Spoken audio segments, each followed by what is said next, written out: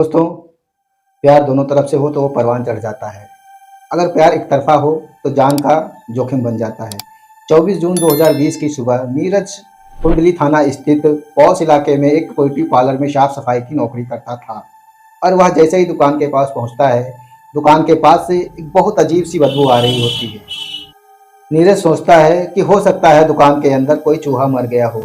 नीरज दुकान शटर खोलकर दुकान के अंदर चला जाता है और साफ सफाई करने लगता है, लेकिन उसे कोई ऐसी चीज नहीं मिलती है जिससे कि वह बदबू आ रही होती है। लेकिन जैसे ही मसाज बेड के पास वह पहुंचता है, जो बदबू होती है थोड़ा तेज हो जाती है, तो वह वहां से दूर हट जाता है और मुंह बांधकर वह फिर से बेड के पास आता है। जैसे ही बेड का ऊपर वाला पोर्शन खोलता है, वह देख के एकदम से जो शरीर होता है वो पसीने से भीग जाता है, आंख के बाहर आता है और चीखने लगता है। चीख उसकी आवाज को सुनकर आसपास के जो दुकान के पड़ोसी होते हैं वो आकर के देखने लगते हैं। हेलो दोस्तों, नमस्कार। मैं हूं आपका दोस्त आर के। स्वागत है आपके अपने यूट्यूब चैनल अपनी कहानी में। दोस्तों, हाजिर हूं फिर एक नई सच्ची घटना के साथ में। आज की जो सच्ची घटना है वो हरियाणा के पानीपत में किराए पर रहने आए विनोद और उनकी पत्नी और उनकी दो बेटियां किराए पर रहते थे। विनोद शहर के एक फर्म में नौकरी करते थे। वो उतना कमा लेते थे जिससे उनके परिवार का खर्चा चल जाए, और उनकी दो बेटियां थी वो पढ़ाई कर रही होती हैं। छोटी बेटी का नाम श्वेता और बड़ी बेटी का नाम होता है शिवानी। शिवानी जो होती है वो इंटर में पढ़ रही होती है और शिवानी बहुत खूबसूरत और चंचल अदाओं वाली होती है। धीरे धीरे जो है शिवानी को एक्टिंग में बहुत ज्यादा शौक था। उस समय भारत में टिकटॉक नाम का सोशल मीडिया एप्लीकेशन जो है बहुत ही फेमस था। उस पे लोग अपना वीडियो बनाकर जो है डालते और लाखों फॉलोअर और पैसे कमा रहे थे। उनमें से एक शिवानी खूबियान भी थी। इनका भी अकाउंट सोशल मीडिया टिकटॉक पर होता है। वह खूबसूरत भी होते हैं और डांस की वीडियो बनाकर अपने सोशल मीडिया अकाउंट पर डालती और लोगों को लुभाती थी। धीरे धीरे वह जो है लाखों फॉलोअर्स गेन कर लेती हैं। शिवानी खूबियान के लाखों फॉलोअर्स में से 25 वर्षीय आरिफ भी उनमें से एक होता है। दोस्तों, आरिफ जो होता है उन्हीं के मोहल्ले प्याऊ में रहता है और आरिफ के जो पिता होते हैं एक छोटे बिजनेसमैन होते हैं और उन्हीं के पैसों से घर का खर्च चलता होता है। आरिफ एक दिन अपने घर पर खड़ा होता है और जो शिवानी होती है वो उसी के घर के बाहर से निकल रही होती है। तो जैसे ही आरिफ शिवानी को देखता है और वो देखता ही रहता है, पहली ही नजर में आरिफ अपना के लिए जान छिड़कने लगता है। आरिफ जो है शिवानी से मिलने के मौके ढूंढने लगता है। इसी बीच शिवानी और उसके पिता विनोद खूबियान जो है उसी रास्ते से गुजर रहे होते हैं। आरिफ इस मौके का फायदा उठाता है और आरिफ शिवानी के पिता के पैर छूकर जो है नमस्कार करता है और शिवानी से भी हाय हेलो बोलता है। दोस्तों, उसके बाद जो है धीरे धीरे जब भी शिवानी और उसके पिता निकलते तो हाय हेलो हो जाती थी।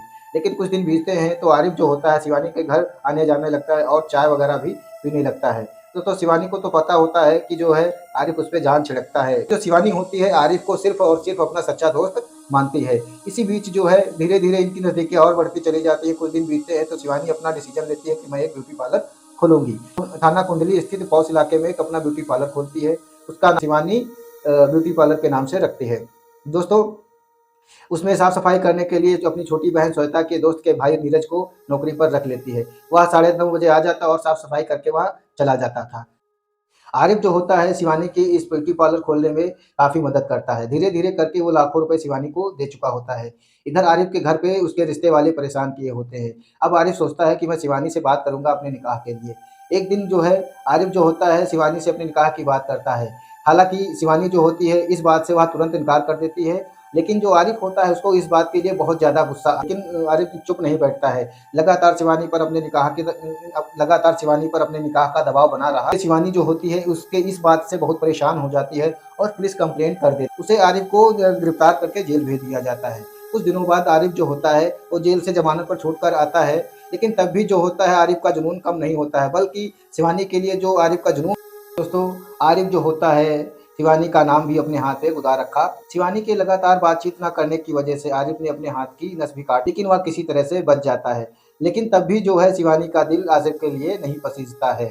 लगातार आरिफ रहा होता है। एक दिन आरिफ शिवानी के ब्यूटी पार्लर में जाकर धमकता है और शिवानी के ब्यूटी पार्लर का कुछ सामान भी होता है, लेकिन शिवानी जो होती है वो इसके द्वारा लिए गए सामान को भी लेने से मना कर देती है। अब शिवानी बहुत ज्यादा डर जाती है। शिवानी अब इसका नंबर जो है ब्लैक लिस्ट में डाल देती है। इस बात को धीरे धीरे 10 से 15 दिन बीत चुके थे। शिवानी और आरिफ की लगातार बातचीत नहीं हो रही थी। इस बात को लेकर आरिफ बहुत ज़्यादा परेशान था। उसी बीच जो है आरिफ को एक बात पता चलती है कि शिवानी किसी लड़के से फ़ोन पर बात करती है। यह सुनकर आरिफ जो होता है आग बबूला हो जाता है और 24 जून 2020 के दोपहर के पास जो है शिवानी के पार्लर जा धमकता है। शिवानी जैसे ही आरिफ को देखती है, अपने पार्लर का दरवाज़ा बंद करने की कोशिश करती है। दोस्तों, जैसे दरवाज़ा बंद करने की कोशिश करती है, आरिफ जो है धक्का देकर दरवाज़ा खोलकर पार्लर के अंदर चला जाता है और अंदर से सिटकनी बंद कर लेता है। शिवानी यह देखकर चीखने और चिल्लाने लगती है, मगर आरिफ जो होता है शिवानी के हाथ पर जोड़ रहा होता है, कह रहा होता है कि शिवानी एक बार मेरी बात सुन लो। लेकिन शिवानी उसकी कोई भी बात सुनने के लिए तैयार नहीं होती है। इसी बीच में शिवानी की बहन श्वेता का फ़ोन आता है और शिवानी उससे बोलती है कि श्वेता, मैं अभी बाद में बात करती हूँ, अभी आरिफ आया हुआ है, इसे भगा दूँ।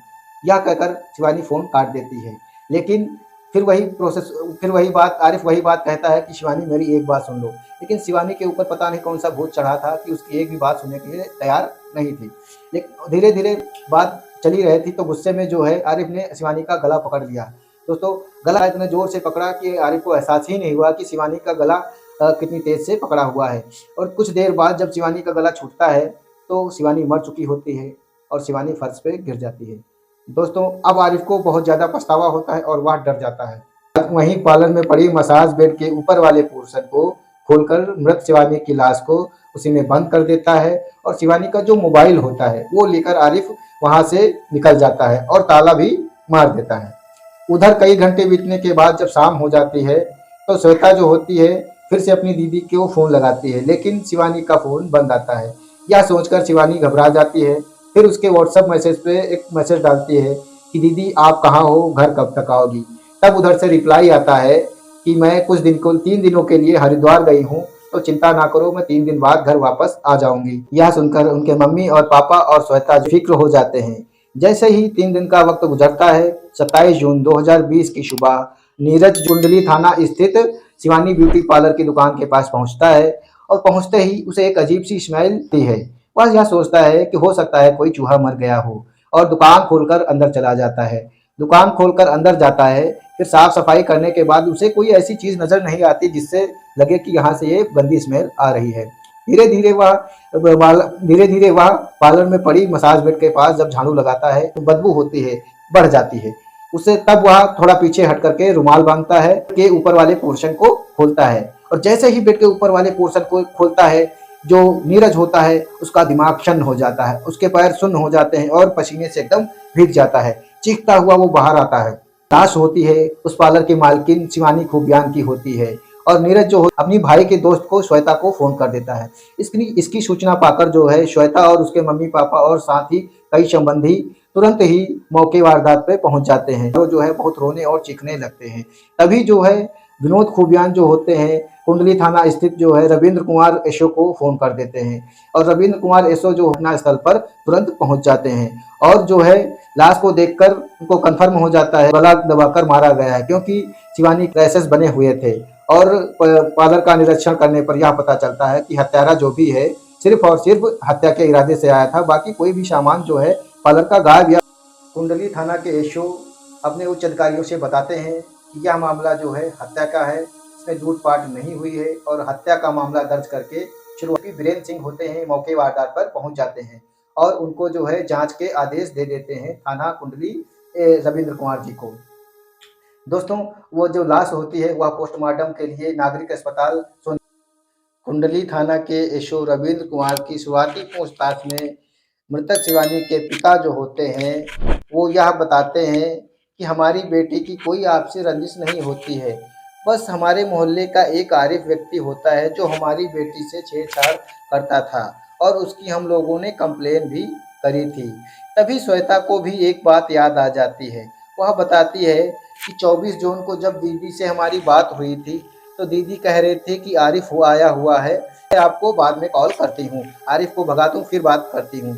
तभी से दीदी का नंबर बंद हो जाता है और शाम को सिर्फ व्हाट्सएप पे ये मैसेज आता है कि मैं 3 दिन के लिए हरिद्वार गई हूँ और जो है 3 दिन के बाद वापस आऊँगी और उसके बाद ये सब हो जाता है। कुछ देर बाद कुंडली थाना के एसओ रविंद्र कुमार को विनोद कुमार खूबियान आरिफ के खिलाफ लिखित में तहरीर दे देते हैं और आरिफ जो होता है उन्हीं के मोहल्ले ब्याऊ में रहने वाला होता है। विनोद खूबियान के तहरीर के आधार पर जो आरिफ के खिलाफ सर्च वारंट जारी करती है, उसके लिए छापेमारी करना शुरू कर देती है। जो डीएसपी होते हैं वो अपने मुखबिर को एक्टिव करते हैं और मुखबिर के एक्टिव करने के कुछ ही घंटों बाद आरिफ का एग्जैक्ट पता चल जाता है। आरिफ जो होता है अपने ही घर में मोहल्ले में प्याऊ में छुपा होता है और बिल्कुल देर न करते हुए थाना प्रभारी एसओ रविंद्र कुमार जो होते हैं अपनी टीम के साथ पहुंचते हैं और आरिफ को धर दबोचते हैं। आरिफ जैसे ही हिरासत में आता है, उसको लेकर जो है थाना कुंडली लाया जाता है। थाना कुंडली लाने के बाद उससे कड़ी पूछताछ करने पर पता चलता है कि जो है मृतक शिवानी की हत्या उसी ने की थी। वो एक तरफा प्यार करता था और जो है शिवानी सिर्फ और सिर्फ उसे अपना सच्चा दोस्त मानती है। उसने ये पूछताछ में ये भी बताया जो शिवानी होती मेरे विचारों के साथ खेल रही थी। मैंने उसके पार्लर में जो है लाखों रुपए लगाए थे, लेकिन बाद में क्या हुआ शिवानी ने मुझे ठेंगा दिखा दिया। इस चीज़ से मुझे बहुत गुस्सा आया और मैं एक दिन जो है ब्यूटी पार्लर जाकर के उससे बात करने के लिए गया। मैं शिवानी को मारना नहीं चाहता था, लेकिन गुस्से में ये सब हो गया। शिवानी के मारने का मुझे बहुत दुख है। आरिफ ने अपना गुनाह पुलिस के सामने कबूल कर लिया था। पुलिस जो होती है संबंधित धाराओं में मुकदमा दर्ज करके आरिफ को जेल भेज देती है। दोस्तों, अब आरिफ की जो जिंदगी है वह जेल में कट रही है। कुछ करने से पहले दोस्तों उसका अंजाम क्या होगा, इसके बारे में हमें 100 बार सोच लेना चाहिए।